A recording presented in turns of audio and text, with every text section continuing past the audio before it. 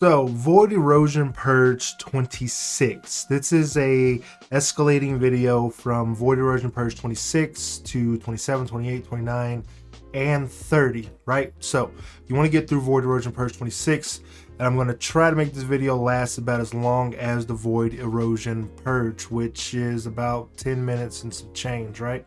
So I'm going to put on the screen what's going on for Void Erosion Purge 26 if you're stuck in what I used to get through Void Erosion Purge 26. We're going to start off with the Clairvoyance. The Clairvoyance is used because it is a piercing weapon, and I do like the Clairvoyance. I did start off with Firearm Attack times 10. Now, Void Erosion Purge 26 does take a lot. If you are already doing it with Serena, maybe, or a kitted out Albion Cavalry with Haley, I already had stuff invested inside of Viessa. I like Viessa, and this is the build that I used. Firearm Attack times 10, Chill Attack times 10, rounds per magazine times 10, arm shot accuracy, hip fire accuracy.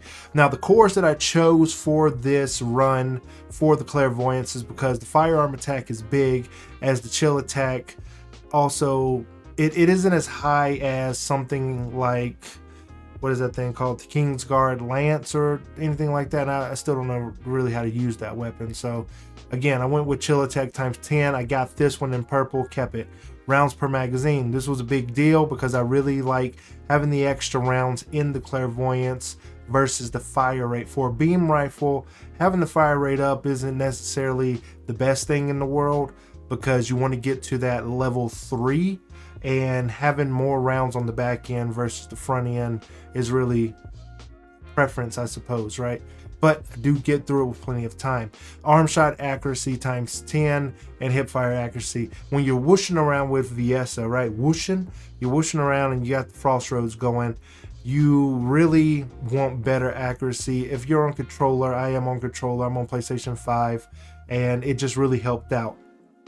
Now, going through the Firearm Attack, Firearm Critical Hit Rate, Chill Attack, Firearm Critical Hit Damage. Now, here are the modules on there, right? So this is what everyone wants to screenshot. You can go ahead and screenshot it. Could this build be better? Maybe. Could it be optimized, more catered towards another thing? Sure. But this is what I use, and this is what I am using for it. So this is what got me through it with plenty of time to spare. I do like this setup. Now, the Albion Cavalry, I didn't use it, and then the Piercing Light, I didn't use it. So we're not even going to go over those two. You can screenshot them if you want to, but I don't even use them unless I accidentally switched to it for some reason and then went to go use it.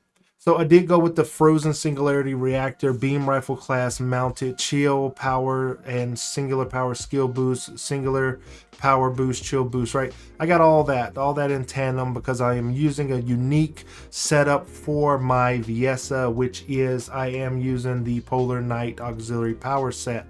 Now, this gives my Chill Power plus 6%, which should be a lot higher. I don't know why they put these low mediocre numbers on these external components, but there you have it.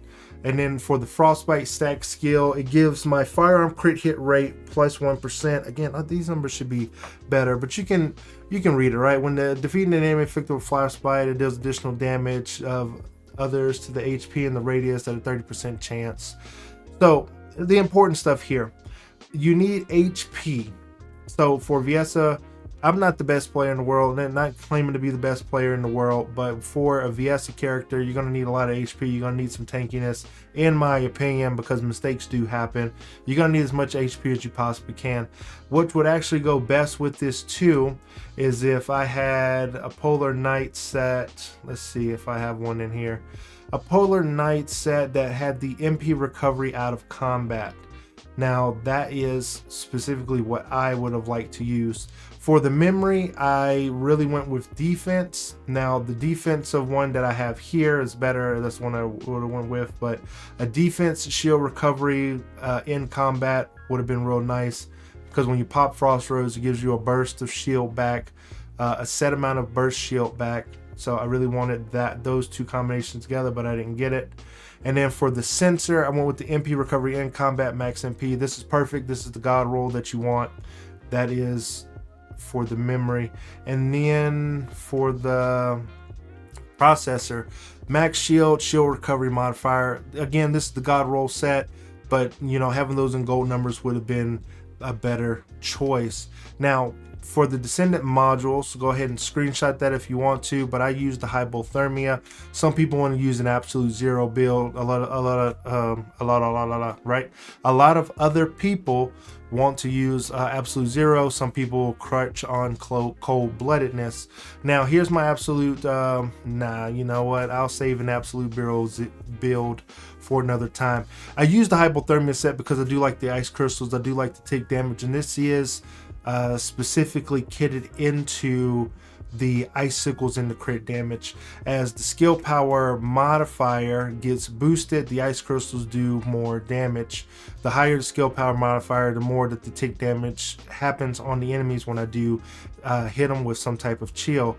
I can tick them with chill, I can tack them with chill, I can tickle them with chill, and this gives my Viessa overall some sense of I'm doing damage when I'm not doing damage, and that is what I wanted to go with the hypothermia set. The absolute zero build focuses more on crit. The cold-bloodedness focuses on skill cooldowns, so that's where you have with that. It didn't fit my playstyle to go with the absolute zero, to go with the cold-bloodedness, because I could not personally make it work. But I did want to lean into defense, as you see the defensive here and the defense there. And with having the skill power modifier added to all that, again, I didn't run into any issues with, I don't think MP. I don't think this build has MP on it. So no, it didn't have any type of MP bolstering things to it. But with the max MP coming from there, that really just helped out the overall build. Now last but not least, we're going to wrap this up with the arcade tuning, and this is the way that I went into it, and this is how I didn't have any issues with MP, as I did gather up some MP from the arcade tuning tree. And from the arcade tuning tree, the main thing that I focused on here wasn't the weapon, but was on her skill cooldowns, because Viessa's bang for her buck is in the skill cooldowns, and it is in the skill power. So the more skill power that I had, the better the initial hit with everything was going on, if that makes sense. So I would initially burst an enemy with an ice sphere,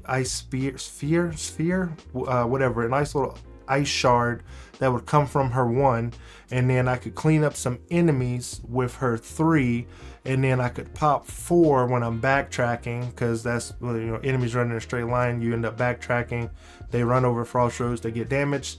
And then with her 4, the initial hit would do a big amount of damage. The hypothermia would kick in, the skill ticks would happen with increased skill power modifier, and then when it exploded, the increased skill power overall would grant me a good burst of damage to finish off anything and every enemy that was within the vicinity there. Now some people may think that the build may have gone better if I went all weapon based, but again, this is the Viessa that I played with. This is the Viessa that got me through the 26. So again, I stuck with that overall.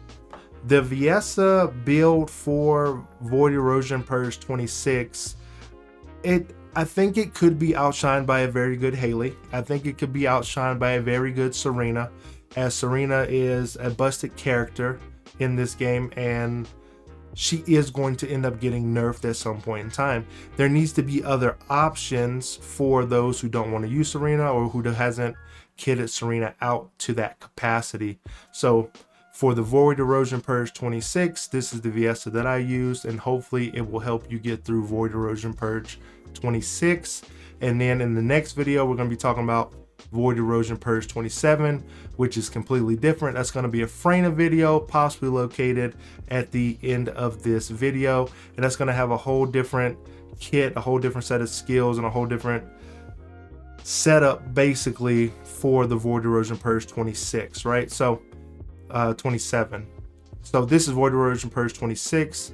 Again, I finished it with plenty of time. and it's not the best build, you can make it better, and hopefully you do. So like, share, and subscribe, and check out the other videos on the channel, and I will see you in the next one.